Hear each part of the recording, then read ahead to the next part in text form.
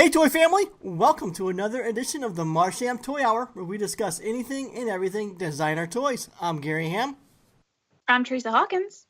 I'm George Gaspar. and here we all sit again on a Friday night recording.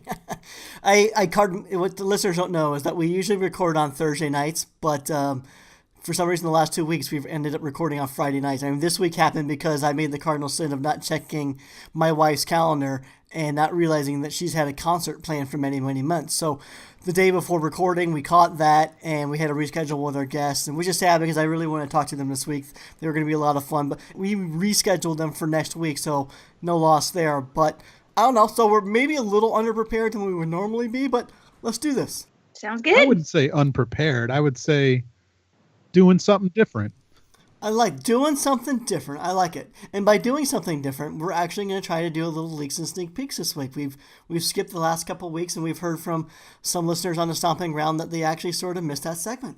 I always liked it because I definitely hear about things I had no idea about. I don't really follow the blogs on a daily basis, so I kind of like hearing it.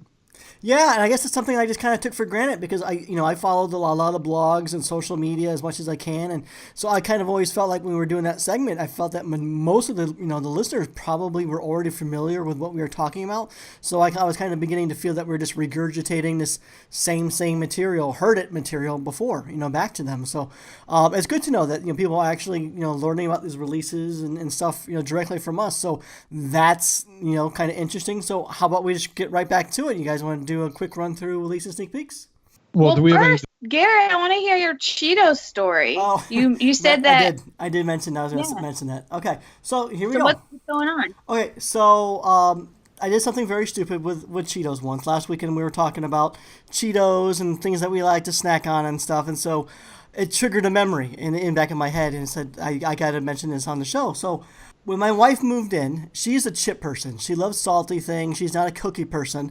I'm more the cookie person. But one time I bought a bag of Cheetos, and I knew that her being a chip person, she was going to eat these. And I was just having a real craving for Cheetos. So I'm like, I got to hide these. So what I did was, it was like I hid them in the oven. My wife at the time, she was not a big cooker, a big cook, and I just felt that was a safe place for him. She cooks all the time now, so. But anyways, so I went to IKEA one day, and I get a phone call from her and saying like, "Oh my God, the house reeks. What is that?" And I'm like, "I don't know." And then she's like, "Oh my God, there's like some smoke coming out of the oven." And she goes and checks, and it turns out she had preheated the oven to cook like a pizza. And so she opens the door, and the Cheeto bag is completely disintegrated. All the Cheetos are like it looks like a burnt pile of poop. And then there's like those magnetic plastic clips onto the bag. Well, I had done that, and that had melted. It was like dripping like goo from the from the oven grates. Oh. And so yeah, Cheeto disaster. Oh, Gary, have you not learned anything from those horror stories of people hiding things in ovens? No. that's amazing. It's hilarious. I had a friend in high school he had an aunt and uncle who they didn't really like get along all that much when it came to foods and stuff. And so the aunt did this very similar thing to that. Like she knew that the uncle never did dishes. So the dishwasher was loaded with all of the snacks. And he had no idea that they were in there. I was over the house one time and I watched them go in the dishwasher and get out like cookies and snacks. Oh, that's amazing. And I was like, "What?" And they explained the whole thing because he never did a single dish around the house. So they had no worries or concerns he would ever go in the dishwasher to find them. That's way better than my story. No, theirs didn't end in like burning down the house like yours. That was way cooler. Yeah, I mean, I was at IKEA. I was like an hour away, so by the time I got home, the smell of burnt plastic and all that had sort of dissipated a lot. But my poor wife, she had to sit in that house as it was happening and smell all that probably toxic fumes. It's not even that bad that like, it's bad. Well, it's bad enough that she almost burned down everything with Cheetos. But the best part is like, how mad was she that you were hiding Cheetos from her? Like, that's the worst part of it. George, you don't understand. Like, if you live with a person who has a proclivity for chips, like you have to hide them when you want chips. Because here's the thing. My wife gets home like a couple hours before I do. So it's just like, if I don't hide chips, she'll just snack on them every day before I get home, and then eventually, like, I'll never have eaten a chip, and over a period of days, like the chip bag is just gone. So we have this thing in our house where if someone goes shopping and if someone really wants something, like, we let the other person know, like, no, this is mine. Don't touch it. And it's even gotten worse now that we have kids in the That's the house. Oh my best. goodness. I'm just glad I don't have to hide snacks. I have all my snacks to myself. Well, there you go. There you Well, you go. know- Perks of being single. So speaking of stomping ground and things we've been talking about in there, so we also last week you did the Would You Rather game, and Yeah. I wanted you to post one to the group, and so you came up with a new one today. And George, I'm going to ask you it because I'm curious what you'd pick, because it's an interesting one. So are you ready? I'm ready. Okay. So would you rather, for 1 year, shower only with a scrubby made from Gary Ronzowski's beard trimmings, or for 1 year, miss out on every toy release with no secondary market opportunity? Oh, it's kind of easy because right now I'm out of room. So I would think a year off would be okay. And I think I'd rather do that than shower with another dude's beard. See? Like if I could grow my own beard scrubby, like maybe and use that for the year, I'd be fine with it. But if it's some other dude's grungy beard, no, I think I might just skip the toys for a year.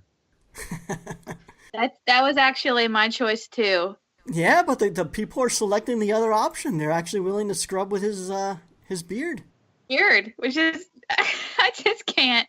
I draw a line at rubbing someone else's beard on me. I just can't.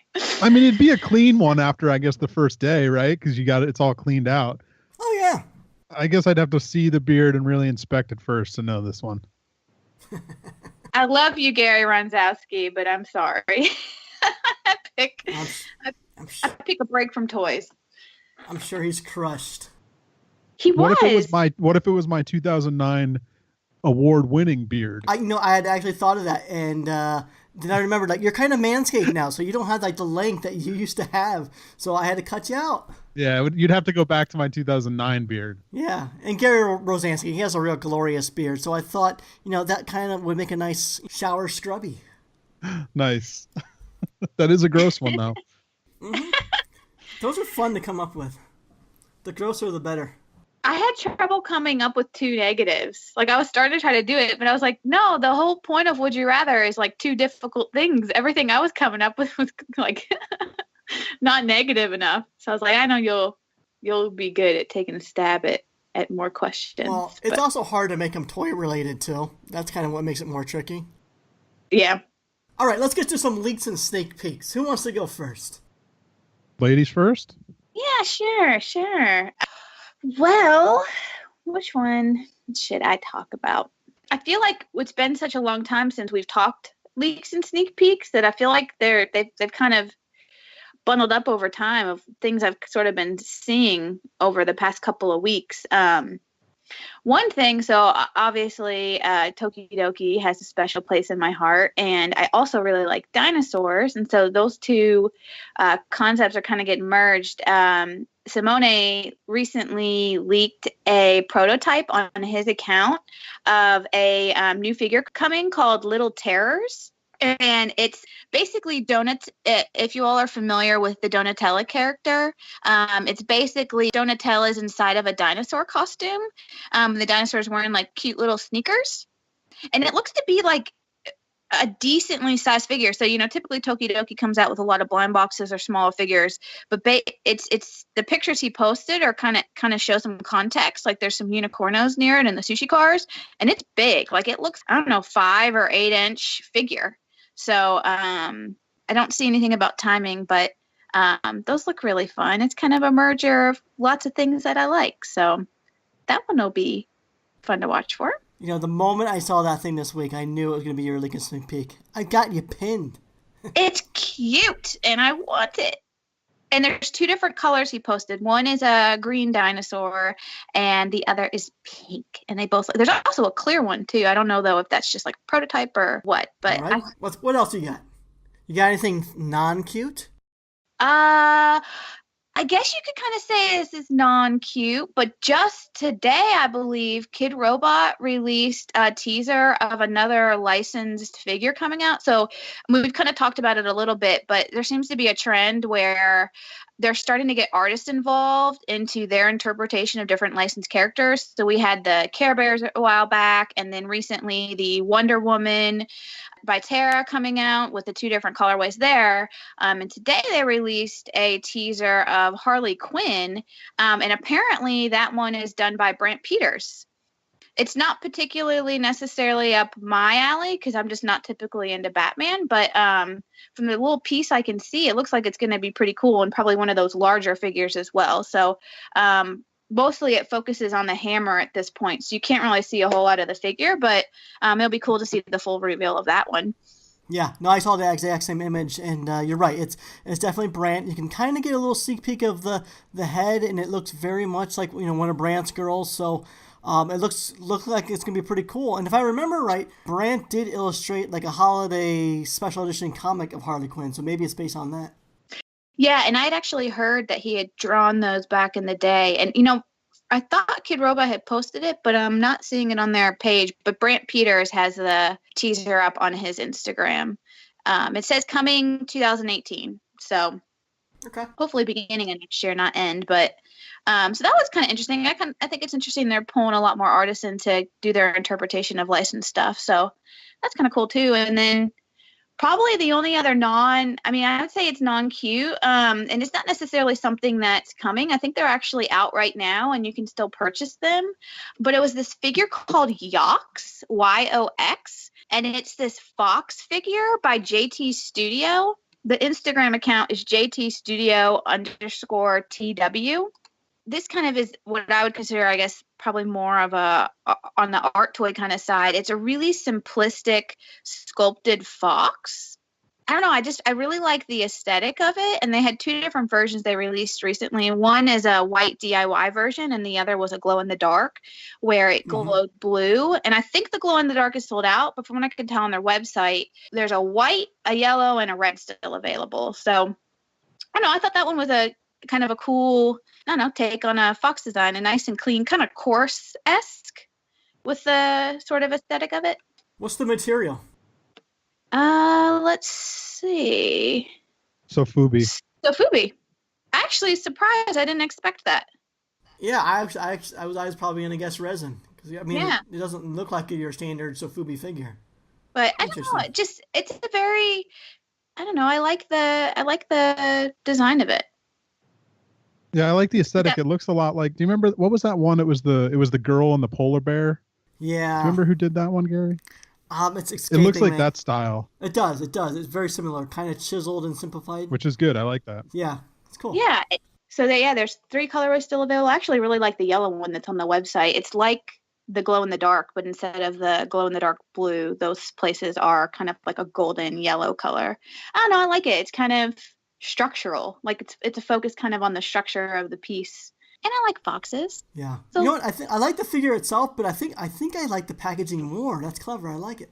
Yeah, with the little ears that pop out. Yeah, the little ears that pop out as you open the box. That's clever. Yeah. I appreciate that. Well done, Yox.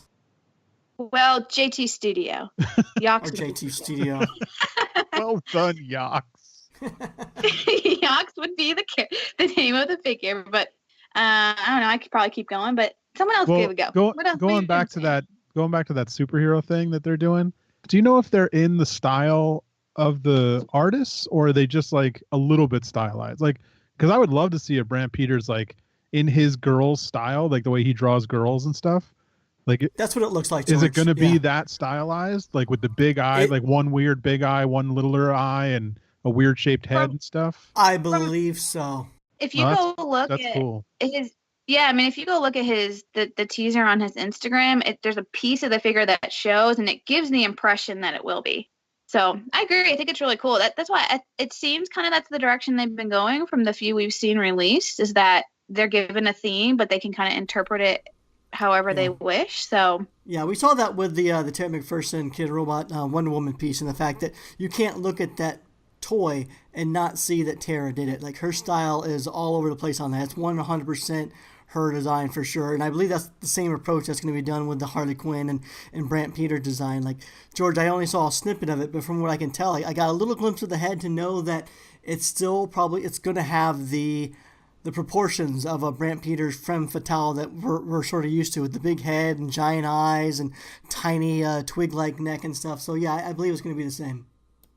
Oh, that's cool. I'm glad they're letting them do something like that. Yeah, I mean that's the kind of stuff I would expect from a company like Kid Robot, someone who has a reputation of designer toys. So how about you, George? You have any leaks and sneaks?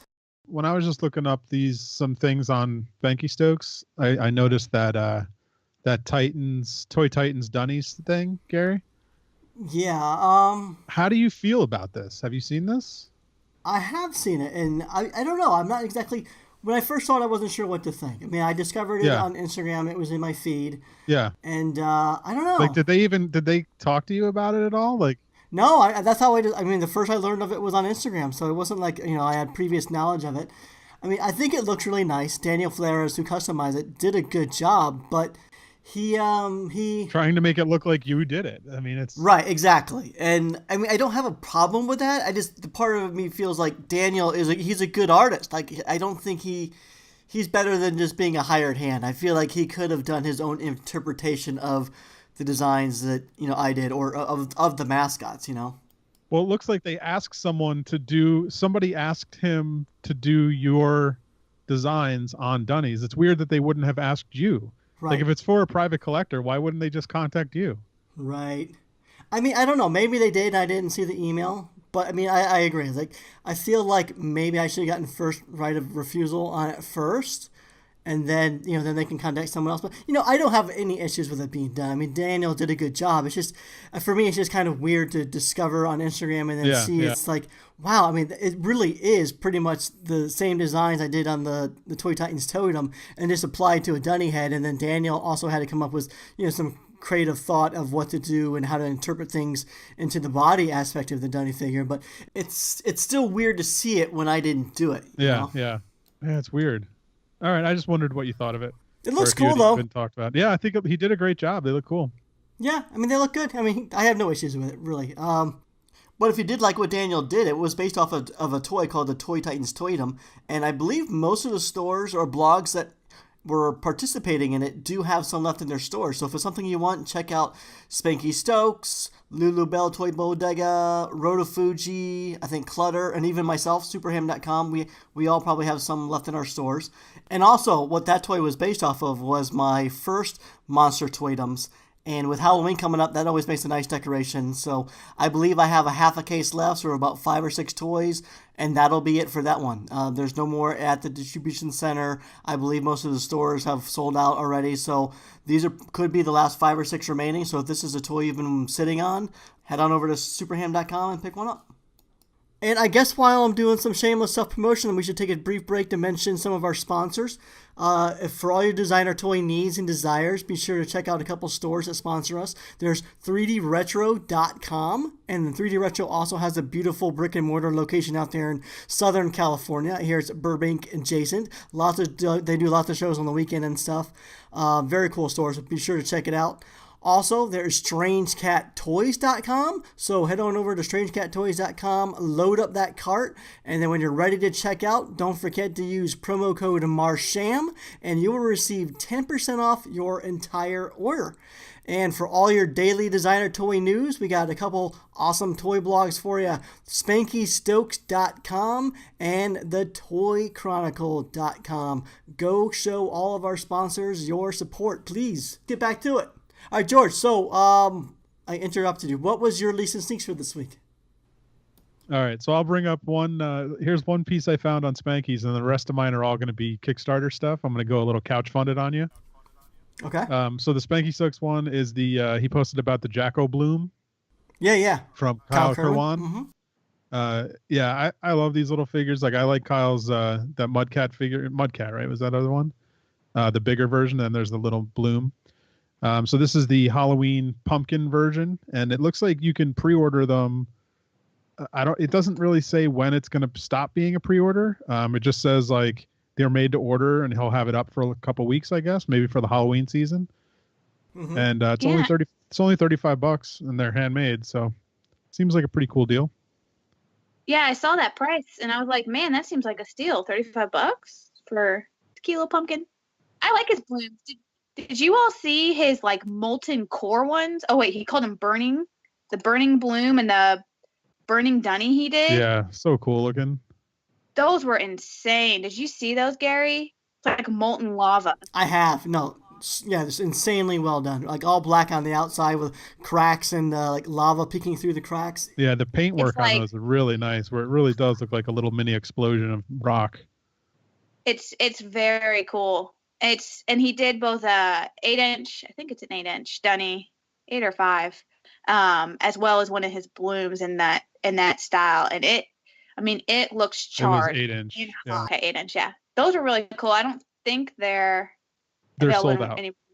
Yeah, but those, I like his little blooms. And he just also posted like a fuzzy teaser. Looks like he's gonna have a bloom release at New York Comic Con. From the picture, it's kind of bluish, but beyond that, I'm not really sure what else it could be. But I like the colors, so that'll be fun to see what he's gonna release for New York Comic Con.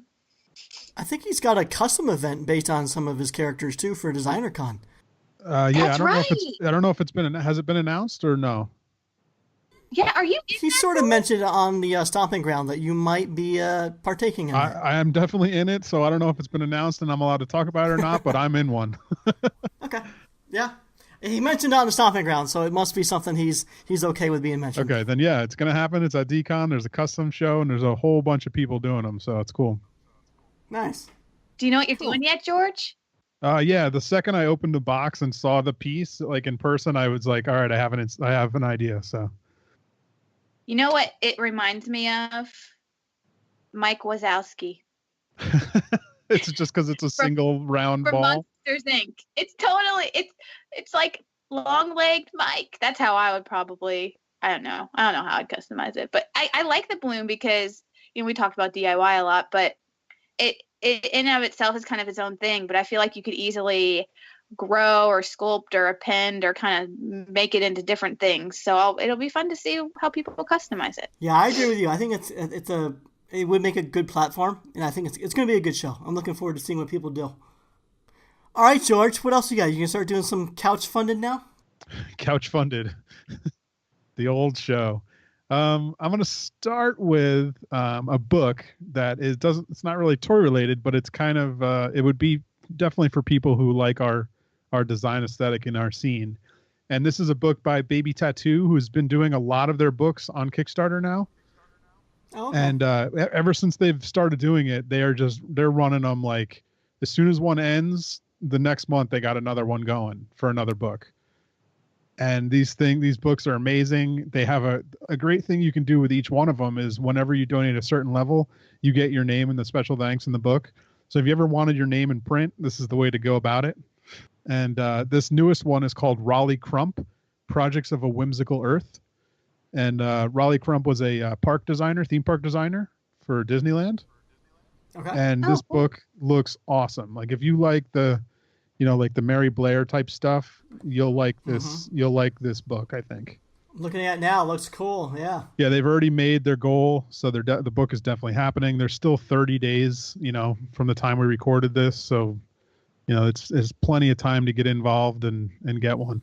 That's a good one. Yeah, I didn't know they were going the Kickstarter route. I'm very familiar with Baby Tattoo. They've been around for, God, as long as I've been doing Comic Cons, it seemed like, probably back to 2004, 2005. So good to see them kind of going the Kickstarter route. Yeah, they started with, Brian Kessinger.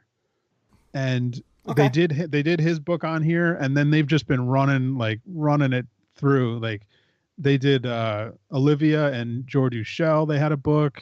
Then there was like the science fiction book they did. Then another Brian Kessinger. Then this other crazy artist they have. Then Jeff Scott. Then another Brian Kessinger. Like they keep going back to him because he's got amazing stuff. But yeah, like wow. It's there. If you like Baby Tattoo, start following them on Kickstarter and you'll see they keep running these things through and they keep succeeding every time. So it's great. That's good. Good to hear. Nice. Okay. Do you have another one?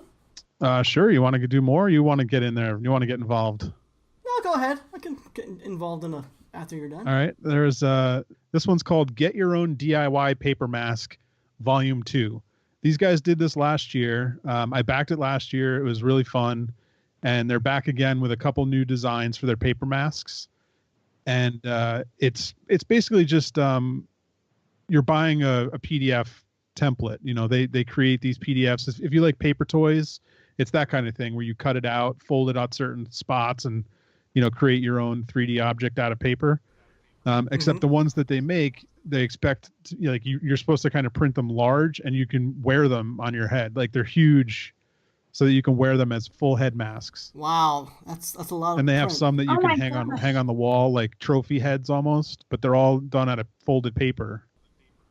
That's cool. And they're cool George, because these are cool. yeah, like, and if you go through and after you build it, it's got all those lines and everything, but if you go through and just coat it with glue or do some kind of paper mache on top, you can actually turn this into a pretty cool mask that would actually last and be durable. Huh. You should check these out. They're like really geometrical.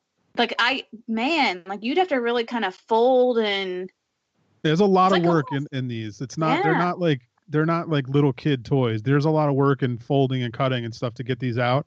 And I think really the cool thing is they are all geometrical, but if you do like a paper mache mix at the end, you can build up onto these, and the form would be really cool to build up and make. Like they have that evil rabbit looking one. Just sculpt out with some paper mache and finish that out, like, so it's a nice solid mask. You could wear that thing to Halloween. You'd be able to save it. It's like, I think these things could look really cool when they're done. And like I said, I backed them last year. They delivered right away. They have all the PDFs. They're really on here it's more of like an advertising thing because they sell on Etsy usually throughout the year.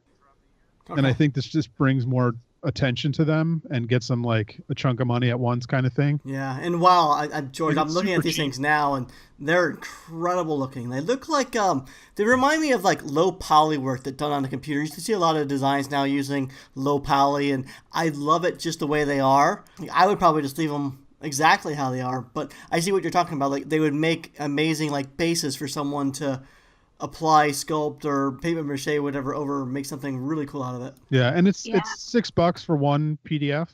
So I mean, it's not like you're investing a ton of money. Yeah, it's kind of like a 3D connect the dot, like a crazy 3D connect the dot type thing. It's nuts. Like I'm trying to interpret with my brain how I would build this. I assume it comes with instructions of like where to fold and what to kind of indent versus. Yeah, it totally does. Yeah, like, do you need like a large format printer? Or... Man, so you've gotten these. How long did it take you to do one? Oh, I never built it.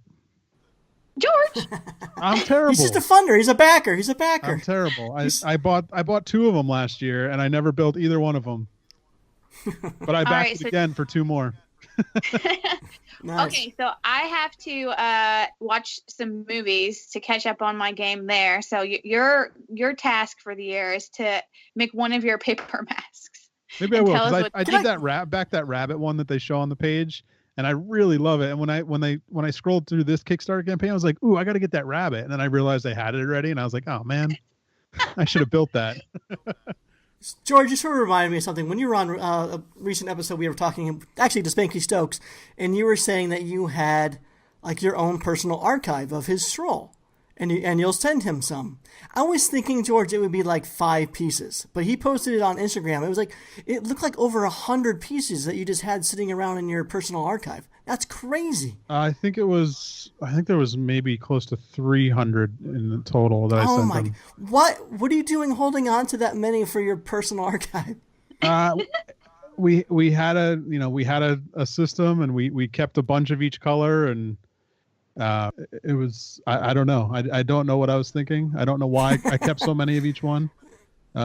And then we were talking about his stroll and strollette, his the little gifts that he had for people that attended their wedding. And I thought you were just going to show me one colorway, but it looks like you went from table to table, like literally hoarding every colorway these things were released in. Dude, I jumped, man. When people would leave at the end of the night and they just left them there, like they didn't know what they were leaving, man. His family must not have cared. Like, there's like aunts and uncles or grandmas and stuff, and they don't want it. Like, Sure. there's certain people that they don't collect tchotchkes. They don't get that kind of stuff. And there was actually a table at the end too, where he had put out some of the miscast ones, or one of the colors that he didn't, colors that didn't make it into the gift bag kind of thing, that whole thing. So I took a couple from that table, and then I went around to like when aunts and uncles were leaving, man, I was in there. You sound borderline hoarder, George. It's not borderline. I live in Hoarderville. Like there's no, I'm not on the border at all. I mean, so like in your head, you couldn't just have one colorway. Like you wanted them all. You just wanted to just hoard them all. Oh, if I could have had more, I would have. But everything, I just got what I got what was available. I'm sure he's got way more colors. And it was they were made, like he said, was it Brotherford, right? That did them, and yeah, he just cast them in, like, I'm sure he was just whatever colors were being cast at the time. Like he was just running them in a ton of different things. So there was a multitude of colors. I'm sure I don't have, and yeah. Wow. I'm one of those collectors though I can't just have like one. I gotta collect the series, like, and I hate it. I wish I wasn't. I don't know how to break the habit. That's why I was saying earlier, like I might take that year off and instead of showering with a beard, because I need to. Like I need to take that year off. I'm terrible. So George, you're a completionist? Yeah, like, and I hate it because there's so many times I buy stupid things I don't want just because it's part of the series. He doesn't sound like just a completionist though, Theresa. He sounds like an army builder. Like he can't just have 2 of every colorway that they made of the stroll in the OMFG series. Like he had like 300 of these things. Like there's no reason for you to have that many. It's crazy to me. My name is George Gaspar, and I have a problem. So wait, what I get, like, okay, they released 10 colorways and you say I want all 10, but you like to have multiple of one colorway sometimes? No, I mean I don't do that often. No. I won't do that unless it's like a stormtrooper. I got a grip of those, but like, no, for the most part, I won't buy a ton of multiples of the same thing. Okay, so it's mostly like sets. And is it sets meaning like, I know you don't like blind boxes, so I'm trying to think of another variation. No, that's exactly it. Like it's like that. Like if there's this Dunny series, and if I'm gonna buy if I buy like 5 of them, I'm just gonna try and get the whole set. So I generally have to skip them. Yeah. See, I don't know. I guess it depends. I can be generally selective. It just depends on how I feel. Like sometimes I get really into a series and I want the whole set. Other times I think I've gotten a little more okay with saying, no, I only really like these 5. I'm going to try to get these 5. Like Tokidoki Sushi Cars, it pains me. Like I want more of them, but I'm trying to resist. So I'm trying to be happy with the 5 I have. The Key series was one of those ones that was like, it was a killer for me, because when, there was a time when the keys were coming out when they were released in the US, and those were great because like the Oxop series and stuff, I can collect the whole set. But for the most part, keys were like the hardest thing to collect because I couldn't get full sets of stuff because it was so hard to find them usually. And especially like the older stuff. I searched for years for the Yellow Submarine key from the Village Vanguard.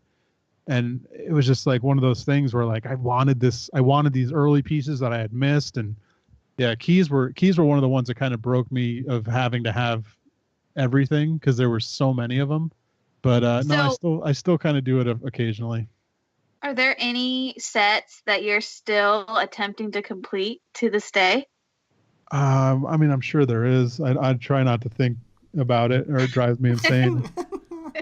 For a long time, I was the muscle men from Mattel from the 80s. I was missing like 3 of them for a long time from the US release. And I finally got those a few years ago. That's crazy. I don't feel so bad now. I feel good. I have a problem. George, you I have make a me huge feel problem. good. You got a problem. You make me feel good. I've never had the need to buy a whole mini series. If I don't only buy the ones I want, I don't think I've ever bought a case of anything. I just can't get into that mindset at all. No. You're not a man. No. That's the if I only buy what I like. If there's two pieces in that case that I don't want, I don't want to pay for them. That's kind of how I operate. Yeah, I get that. I guess sometimes there's a series where I have favorites. I don't know, I can't think of one, but like they're my half of them I really, really like, and the other half I like. I just don't love them as much as the others. But if I like them all enough, or maybe it's like 10 out of the 12, I'll probably go ahead and get the full set or go for the full set as long as I like them. Now, if I like completely dislike them, I get that. Like there are times I think with some Dunny series where if it's a mixed artist series, there obviously might be an artist I really, really like and some others that I like, but maybe I don't love enough to try to collect. And it's getting to a point now where I'm starting to hit that sort of both budgeting as well as like room. And I'm like, oh my gosh, where am I going to stick stuff? So I've gotten a little bit more, I guess, strict with my rules of like trying to force myself to really think about buying stuff versus just going at it. So I take that back. I did buy a case of the Nofarin or Nofarin, I'm not sure how you pronounce it. They're Jibby Butts. I did buy a case of that just because I pretty much liked every single design, and I believe you didn't get any duplicates. And that's one thing I don't like to buy a lot of cases from Kid Robot and whatnot, is because you get duplicates. And I don't want to have to go through the hassle of, one, paying probably $30 or $40 more for figures I don't want, and then I can care less to try to find and swap and exchange with other collectors. I'm just not that heavily involved to go that extra distance to move my duplicates. So I generally buy only open case stuff. It's funny because back when I first started, I didn't understand the concept of case ratios and the fact that some cases were like that, where if you bought a case, you got them all, where others might not be like that. Yeah. And so I was buying things individually. Like, okay, I'm going to buy a box, buy a couple boxes, and I just keep buying and buying. And then like down the road later on, I found out that set I was trying to complete, if I just bought a freaking whole case, I would have been fine. And so I ended up with like all these extras because I didn't know that was a thing. It's not as common anymore. Yeah. But yeah, I'll never forget the mistakes of a rookie back in the day. Yeah, I always wish that they would all just, if you buy a case, you get all of them. Like that's just, if I was ever making that kind of a blind series myself, like that's just the way I would do it. It's just the way I would want to buy it, Yeah, that's how I would want to produce it too. Complete set. But I understand why they do it. I don't. I mean, I understand that as a company, you're trying to, almost kind of prey upon your consumers, and especially the collector mentality. The collectors like those extremely hard things to find, to feel like they have something rare. So the variants and the extremely hard to get chases and stuff like that companies know that by doing the cases this way, that they're going to move more product, maybe move more cases, or definitely move more individual boxes this way. And so I get it, but I definitely prefer when something is a full set, and if at the end, as a reward for buying a case, you might either get a special variant colorway of that figure, or even I like when they included like a chance to get a golden ticket, or even one time I think Kid Robot did individual pieces came in with figures. So at the end, if you buy the whole set, you can build a figure. And I think it had like a little heart in his chest, a little skeleton guy. So I think that's fun. And I like when you buy a case, you get something a little extra, a little reward, a little thank you for saying, thanks for buying this case. I mean, I think there's a good happy medium there, because I've like a few different I guess sets of things I've bought or gone for kind of fall in that avenue, Gary. Thimble Stump Hollow is a good example where they do that. So if you buy a case, you're going to get the complete set, but then 2 of the boxes in there are chase colorways of the Buttermint colorway, but you don't know which one you're going to get. And that was kind of a cool way to hunt chases. You're going to get some, you just don't know which ones. Yeah. So I liked that model. And then like the Fluffy House release they did recently of the mini series we talked about, of all their different characters, they did the same thing. You buy a case and you get the set, but there's also a chance that you get their rare glow in the dark figure. So, and then also like Sony Angel, they're actually like really big on that, because they had a series come out this past summer. It was a summer series, and I really liked it because finally they made some with shorts, which covers up their little wee-wees, and that I'm not a particular fan of. But I found out a lot through that, because I was trying to research like how, all these different like chases popping up, and I'm like, how do these work, and how do you get them, and what is this, and that has a surfboard accessory, and what's this little Rory character? And apparently they have the same kind of idea of you can get a complete set, but there's always a chance of what they call a secret. That's their version of chase. But then they also have case exclusives. So if you buy a case, you get a surfboard accessory. So I don't know. I think it's fun when they have little additions like that, like a good compromise between getting a set, but you also have a chance to get something kind of rare. Yeah, no, I totally agree. I love it when they do that. Little extra bonus for you. And speaking of the minifigure series, I had a few of those in my Leaks and Stinks, so I guess I'll kind of go next. So it's a little nice segue. First in my recent sneak peeks, I wanted to mention there's a series called Kaiju Hunting coming out. I actually saw this on Shoko Nakazawa's Instagram account, and she had shown an image. It looked like there's going to be a new mini-series, and it's going to feature 6 different designs from 6 artists. Shoko herself being one. Then there's going to be Konatsu, Tahara, Uwamu, T9G, and Dan Kaiju. And it looks like it's going to be releasing at the Taipei Toy Festival, which is going to take place October 7th through the 10th, which is also the same weekend as New York Comic Con. And the series looks great. It's all little silhouettes right now, but I can tell that I'm going to want definitely the Shoko one. It's going to be her little Byron character, but this time it's going to be on all fours as opposed to previously when he was kind of standing on his hind legs. This time he's on all fours. We mentioned in previous sneak peeks that we saw an early sculpt share of that, and it looks awesome. So I'm going to want those, and hopefully they're easy to get.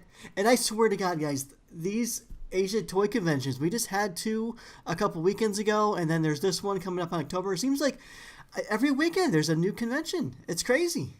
They're constant. It's that time of year. I feel like all the Asian conventions seem to be this, like the second half of the year.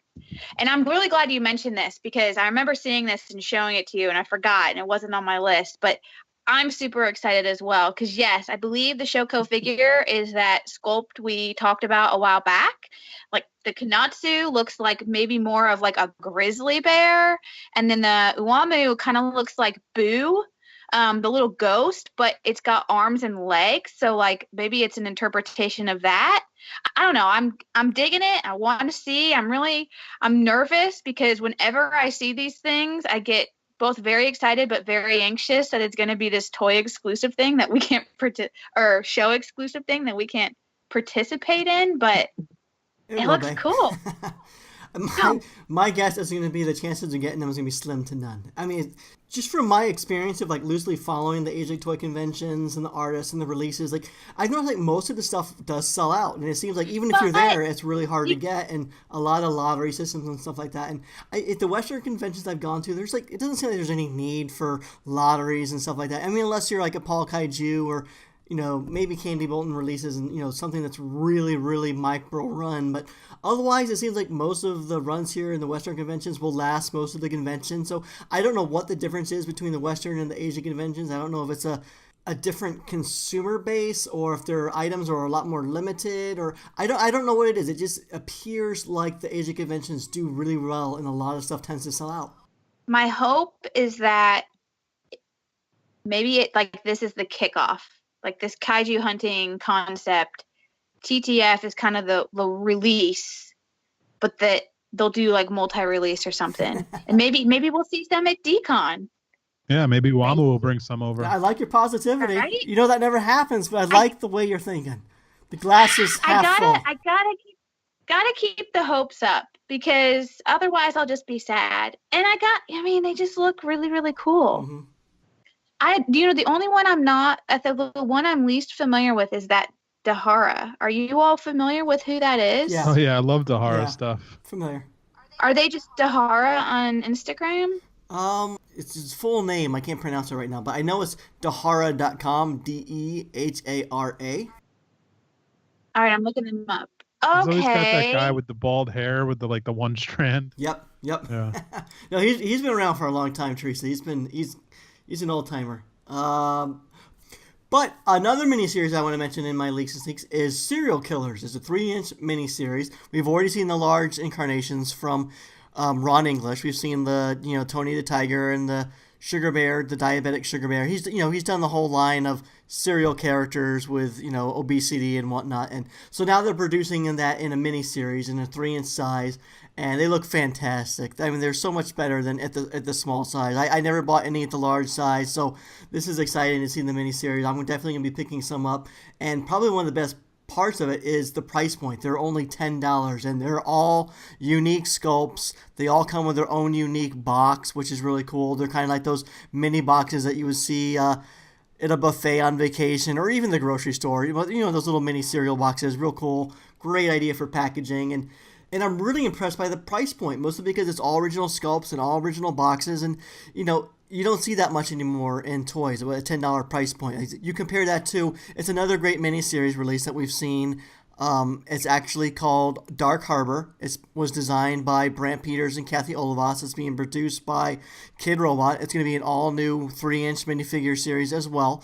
It's not a Dunny series, so it's all original designs by Brant and Kathy, and it's kind of, their versions of eerie, whimsical creatures found in probably like a Port Harbor city. I think they're all fantastic, but the price point for the series is $15 per toy, and I feel like $15 is it has to be like the max that you can do for a 3-inch blind box series. I mean, I remember when blind boxes started at $8, and now we're getting to that $15 range, and I just feel like if you're going to be taking a gamble on a blind box purchase, I just don't see how many people are willing to spend $15 and not sure what they're getting. I feel like that's probably the max price point. It's a fantastic series, not knocking the designs or the production, and they're all original sculpts, so I'm sure the price is justified. But where is a comfortable price for a blind box series for you guys? Is $15 hitting that max price point too?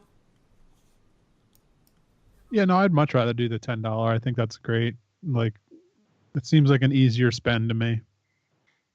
Yeah, I'm honestly surprised. I didn't realize those were $10. Yeah, I agree. I've always thought the serial killer designs were really cool, but there were such big figures, and I like them at the smaller size. Personally, I think they're it's a good size for them, and I really like Frank and Barry. Yeah, Frank's great. I want a few of them. And it looks like if you buy a case, you get a set.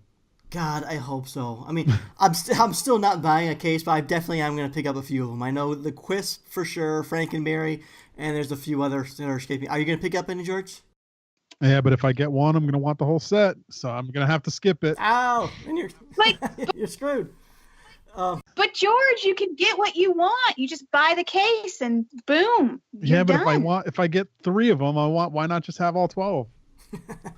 True. I actually heard, and I'm not 100% sure, but I think, at least back when they were releasing these, I forget which convention, maybe it was San Diego, but I'm not sure that you can get literally all the figures with the set. I think you get a base amount, but maybe one is harder to get. I don't know. I need to look that up. But I feel like I remember seeing that when people were talking about it in the Kid Robot group on Facebook. Not sure. I'll look it up and confirm. And then if I'm wrong, you can cut all that out and make it. On the big ones, I bought when the first one came out, it was that Tony the Tiger in the regular colors. Yep. And I bought that one. And then as soon as the next one came out, I stopped myself and I was like, okay, I have one. And if I get more, then I'm going to want all of them. So I stopped and I only have the Tony the Tiger. That's impressive. You didn't go for the landslide of collecting, huh? I had to stop. I knew that if I got any more than one, I would just want them all. So now I just have one and it's okay. That's good. So Gary, if we want a specific one, we can just buy one. Yep. The figure you want comes in the cereal box that it's designed for. So yeah, no blind box issues here. Because I really like the Sugar Bear too, although it says diabetic on it. And I don't know, I like a lot of them. I like cereal. Cereal's good. I do. We like our snacks. I love cereal. Yeah. And you eat it dry. I still eat Lucky Charms. Obviously milk free. I literally will buy a box of cereal and I'll pour it into plastic bags and I'll take a spoon to work and I sit at my desk with my plastic bag eating my cereal at my desk with my spoon. Milk free. It's how I do. I just shove my whole hand in there. Screw the spoon. It's my box. Oh, but you get so dirty. I don't care. Your fingers get all sticky. I can't do sticky fingers. Gotta have a little bit of class. Oh, but I have no class. But okay, let's keep moving. I'm gonna do one more leak sneak, and then we'll jump into the game. I want to hit that hour mark today. So real quick, I'm gonna mention that I saw this leak from Scott Tollison's wife's Facebook account, I believe, and this is really early. This is like super early. I believe it's a toy that is going to be happening though. But she posted a photo of Scott's daughter Lila reviewing a couple sketches. Well, not really sketches. They were like vector renderings of a toy that was collaborated with their creative daddy Scott Tollison. And so Lila was revealing it, and Scott was like marking it up in this photo. And so it being two different colorways, I'm gonna pretty much presume that Scott is going to go forward with helping produce this collaborative thing that he did with his daughters, which I love. I love it when parents work with their kids on stuff, and this is a really neat, fun project. We see stuff all the time where, a child does a drawing, and then a parent or someone else with artistic ability kind of reinterprets those childlike drawings with a little more adult sophistication, per se, and so that's kind of what's going on here. And I think it was both of his daughters. Scott has two daughters, Lila and Piper, and I think they both came up with a piece of character. And so he's collaborating with both of them on them to ensure that they have some feedback into the final toy. And actually, I think the final toy might be produced by Kid Robot, because his wife Kathy did sort of mention at Kid Robot in the post. And as we all know, that Scott is very connected with Kid Robot. He does a lot of toys for them. He's good friends with Frank and everything. So I can see him showing these to Frank, as Frank really liking the idea. And so I wouldn't be surprised. I can't say it's going to happen for sure, but I would not be surprised if at some point in 2018 we are going to see this My Little Pizza released through Kid Robot. So I mean, that's awesome. It's a fun project. Congrats to Lila and Piper and their creative daddy. Yeah, I saw that too. I really like it. And actually, it's funny you mentioned collaborations with kids, because I know Greg's been doing that with his kids, or one of them at least. Yeah. I love kids' drawings. I do too. I don't know. Wouldn't it be fun to get kid artists, or even like kids of artists, and they all design something and they make a series out of it? It'd be super fun. That would be super. I would like that a lot. That would be really cool. And who knows? Maybe this My Little Pizza Dude will kick off something like that with Kid Robot. I mean, Tara McPherson's got kids, and a lot of people in the designer toy scene have kids. So this could be a fun series for maybe future development. Who knows? But I did develop a game for tonight. So you guys want to let's end leaks and sneak peeks and start a game? Let's do it. All right. So I developed a game of true or false questions. There's 16 questions total. And whoever has the most correct at the end of the round is going to be crowned the winner. All right. Win what? You win absolutely nothing. Respect. You win my friendship and expect. Expect. I can't talk. You win a Marsham toy pin. Yeah. I want a pin. All right, so you guys ready to do this? Just do it. All right, so the first question is, true or false? In 2004, the first series of Dunny was released, and the retail price was $5.99. True or false? True. Wait, what was the? I've missed the beginning. What? Sorry, Jessica just got home and she came in and now she's showing me stuff and. All right, real quick. No cheating, right? I'm not planning to cheat. You don't have time to look this stuff up. All right, go ahead. George, the question is, Series 1 of Dunny was released in 2004, and they had a retail price of $5.99. True or false? I go true. The year is right, but the price seems really low. But I'll say true anyway. Correct. You both got it right. The price was $5.99. One respect. I thought that was pretty crazy. As today now the average price of a Dunny is $12. Yeah, it's kind of crazy. It's doubled. You think? Yeah, but they've gotten heavier into sculpting, a lot more pad printing, and we've mentioned this before. Right? The cost of making toys today is a lot more. The cost of oil is more. So I would say that the price margins are probably similar today to what they were back then. Yeah. All right. So question 2. You each have a point there. A majority of the Kid Robot Gorillas toys were destroyed due to a bomb threat search. True or false? True. False. The answer is true. I listen to Marsham Toy Hour. Well, Teresa apparently does not. I knew that they got lost, but I didn't know it was a bomb threat. I thought it was a fire. Yeah, no, it was a bomb threat. We had that on. Actually, Paul Budnitz was on several months back on this podcast. So if you want to know the whole story behind that, just scroll back in the feed and you'll find Paul Budnitz, and he'll be telling the story about the bomb threat. That's one of my favorite episodes. That was a really good episode. Yeah, good one. All right, so George 2, Theresa 1. Dun, dun. Question 3. Is Kano taller than a 4-foot dunny? True or false? I'm going to say true. Crap.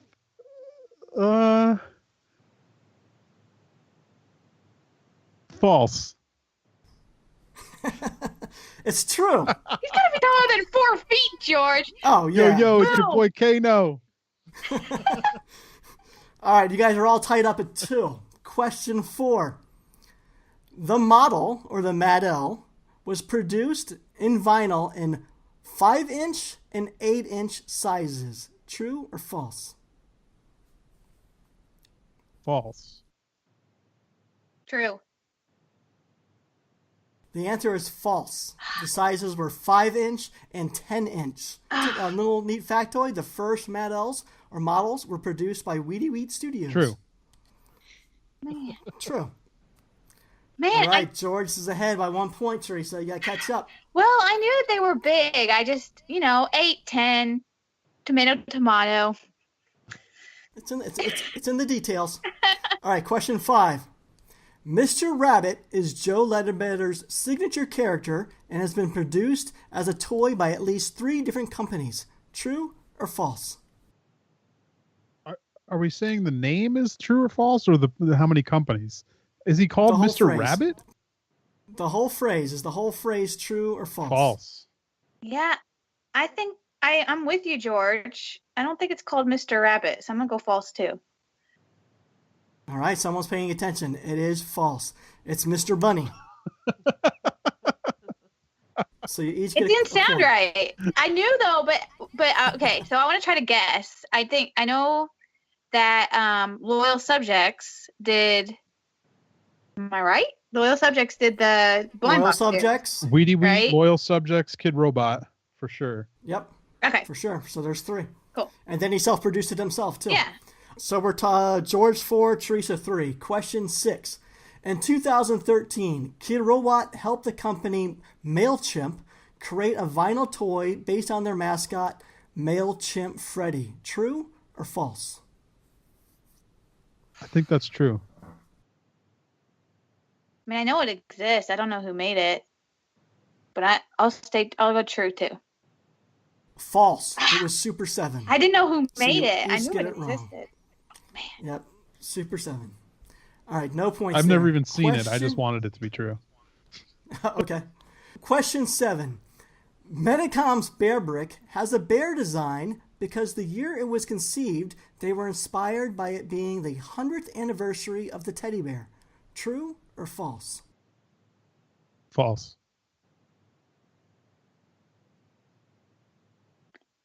False. No, it's true. You both got that one wrong. Damn. Damn. Yeah, I recently read an article with Akashi, the founder of Medicom, and he was saying that the Bear Bricks actually came about because originally they were doing the Kubricks, which were all original sculpted, licensed stuff, and agencies were contacting them wanting stuff as well, but they couldn't hit most of the agencies' turnarounds of like 3 months. So they had to develop the Bear Brick, something that was a platform that only needed paint application, and then therefore they can hit these deadlines the agencies wanted. So they came up with the Bear Brick, and at the time, it was the 100th anniversary of the teddy bear, and Akashi thought, if the teddy bear's been around for 100 years, let's run with that design, and then maybe we'll have a strong design that will last another 100 years. Wow. They chose right because those babies are popular. All right, question 8. Chris Reiniak has hand glued the eyes in over 1,500 resin pieces. True or false? True. Yeah, that sounds about right. Why not? True. You both get a point. George 5, Theresa 4. Question 9. Clutter magazine was used as a set dressing in the first Transformers movie. True or false? What's a set dressing? Oh God, how would you make that up? Like it was just used in the film somewhere. that sounds like such a weird thing to make up. Like how else would you like? Why would you even have thought of that? I'm gonna have to say true. No, but that doesn't seem like right. I'm, I'm saying false. I'm gonna say true just because it's such a weird thing to make up. George, you get one.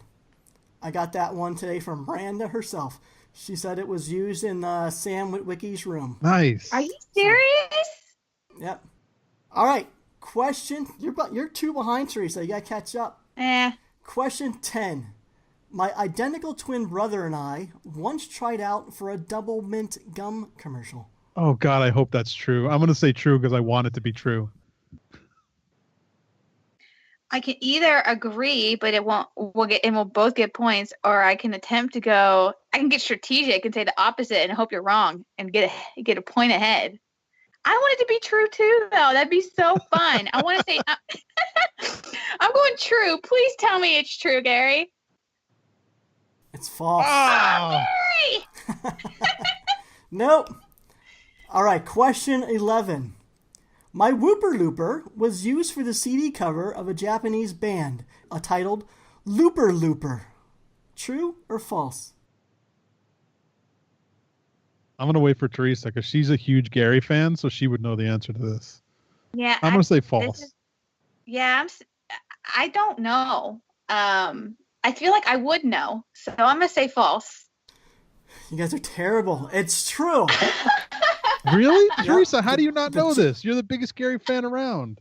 I love you, Gary, but I didn't know you made a album cover called, what did you say, Looper Looper? It was called Looper Looper by a Japanese band called Honda Lady, and they contacted me and they wanted to use Whooper Looper as the main design of the CD figure. How come I've never known this? Is it on your Instagram or anything?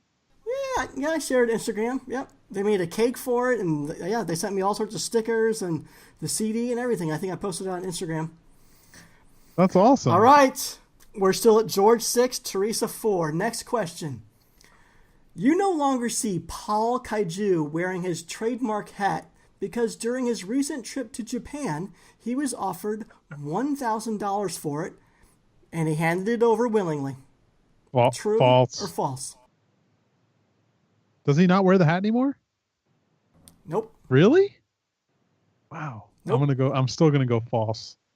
I feel like the only way to get points back is to say the opposite, so I'm going to say true. Oh, Teresa, it's false. No, I contacted Paul about this, and he said, no, it's a wool hat. It has some sweat buildup, and he hasn't been wearing it until he gets it to the cleaners. How did you notice he wasn't wearing a hat anymore? That's just so weird. I noticed these things. Okay. Question 13. When singer Pharrell isn't busy collecting Grammys, he's collecting designer toys. In fact, he's even customized a money. True or false? True. Pharrell? True. Pharrell. True. Okay. Teresa? I said true. Correct. You guys both get it. Yep. Back in 2005, Pharrell and I guess a couple other celebrities did customize a money, and Pharrell did one. You can look it up. And Pharrell's also a huge collector. He has over 700 pieces, and in fact, he actually guest curated a toy show. Right? Yep, in Toronto. It was called This Is Not a Toy Show. And he's a huge collector. I saw all the photos, and yep, big collector. But I didn't know he had the time to customize, so that was cool. All right, so question 14.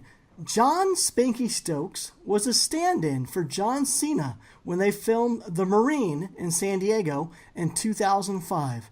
True or false? I want that to be true also. False. True. False. Another point.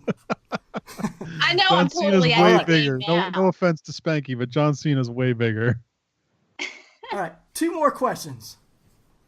My Plastic Heart originally started out as an online store that sold only keys. True or false? I'm going to say false, but that's intriguing if it's true. No, I'm gonna say false. No, it's actually true. I got this from Vin himself. So In 2004, it was only an online store selling keys, and then 2006, they opened the brick and mortar. Really? Interesting. All right, last question. Recurring guest Chris Buchong dressed up as a Shonimals Wee Ninja and danced around the My Plastic Heart booth at New York Comic Con. True or false? I'm going to say true. It sounds like something he would do. That sounds fun, and I hope it's true. True. All right, true. Yeah. Game's over. George 10, Theresa 6. Yeah, wah wah. But that's okay. I guess I don't get your respect. I'll earn it some other way. Yep. You guys did pretty good. I mean, out of 16 questions, George, you got only 6 wrong. That's not bad. That's pretty bad Congrats, still. George. Hey, you know. All right. Well, George has to get run into a movie, so let's cut out. And let's take a brief moment and let everyone know where they can find you. George, why don't you go first? Well, you can find me at Double G Toys on Instagram and at George Gaspar on Facebook. Theresa. You can find me on Instagram, TMHawk24. And I am Gary Ham. You can find me at Gary Ham on Instagram or superham.com.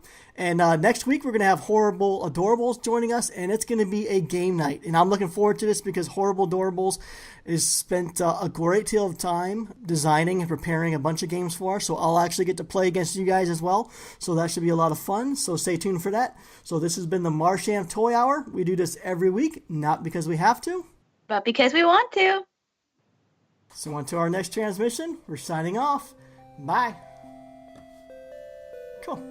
Sweet.